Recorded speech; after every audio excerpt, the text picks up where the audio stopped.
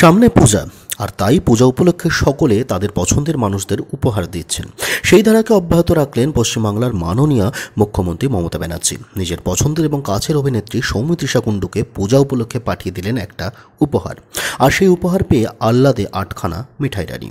তা কী উপহার দিলেন মাননীয়া মুখ্যমন্ত্রী সৌমিত্রিষাকে মাননীয়া একখানা শাড়ি উপহার দিয়েছেন।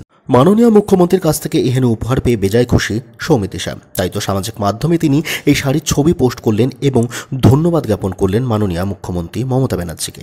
শুধু এবছর নয়, বিগত কয়েক বছর ধরেই সৌমিত্রিষা সহ একাধিক তারকাদের বিভিন্ন রকম উপহার দিচ্ছেন মাননীয় মুখ্যমন্ত্রী। সেই প্রথাকে এবছরেও অব্যাহত রাখলেন মাননীয়া। সক্রিয় রাজনীতিতে নিজেকে না জড়ালেও মাননীয়ার সাথে কিন্তু সৌমিত্রিষার সম্পর্ক অত্যন্ত ভালো। সৌমিত্রিষার মিঠাই ধারাবাহিকের প্রশংসা শোনা গেছে মাননীয়ার মুখে।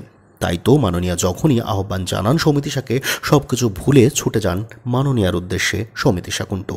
সেটা 21শে জুলাইয়ের মঞ্চের হোক বা দুর্গাপুজোর কার্নিভেলে হোক বা মাননীয়ার রাজনৈতিক দলের প্রার্থীর প্রচারে হোক, সদা উপস্থিত থেকেছেন মাননীয়ার ডাকে সৌমিত্রিষা কুণ্ডু।